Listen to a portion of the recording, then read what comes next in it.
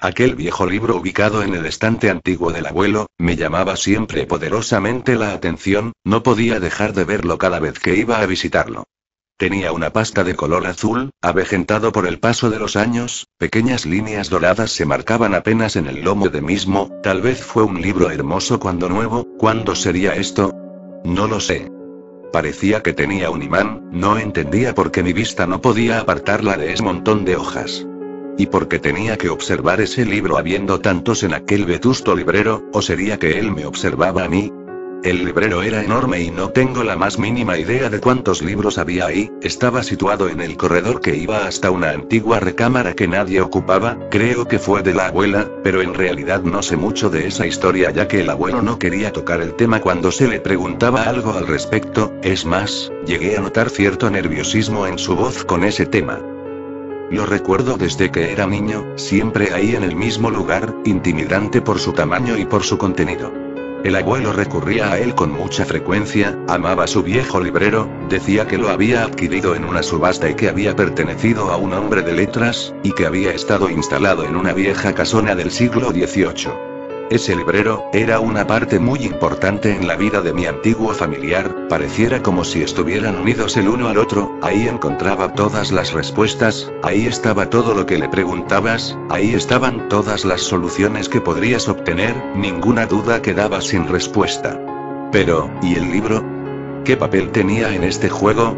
Una noche de invierno decidí quedarme al lado de la chimenea para calentarme un poco ya que el frío llegaba hasta los huesos, me acomodé en el reposet, traje un libro del armario aquel y comencé a leer, de a poco me fui quedando dormido.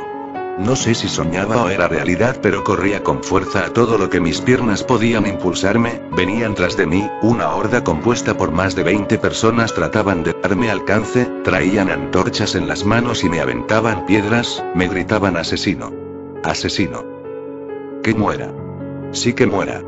Tal vez decían otras tantas cosas pero no podía definir bien a bien sus palabras.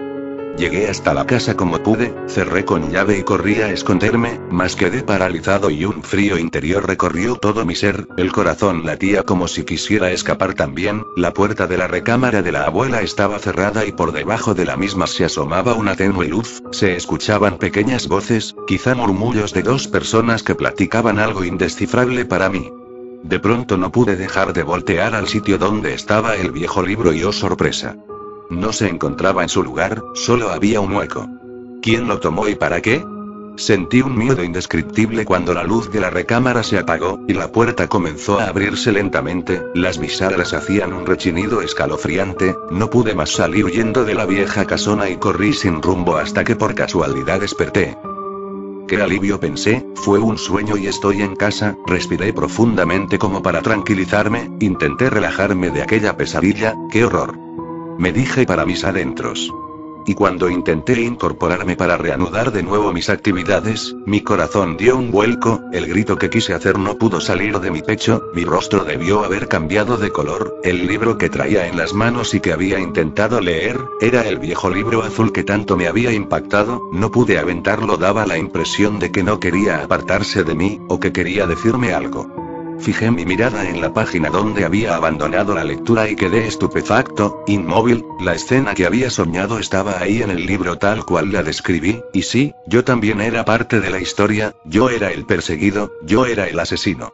Corrí para buscar al abuelo y pedirle una explicación a todo esto, pasé por el corredor que tanto miedo me daba, llegué hasta la recámara y no había nada, ni nadie, solo una lámpara de burro dejaba apenas ver un ligero hilillo de sangre que salía de la almohada, no pude evitar acercarme hacia la cama y con la misma luz de la lámpara descubrí con horror, que mis manos estaban manchadas de sangre.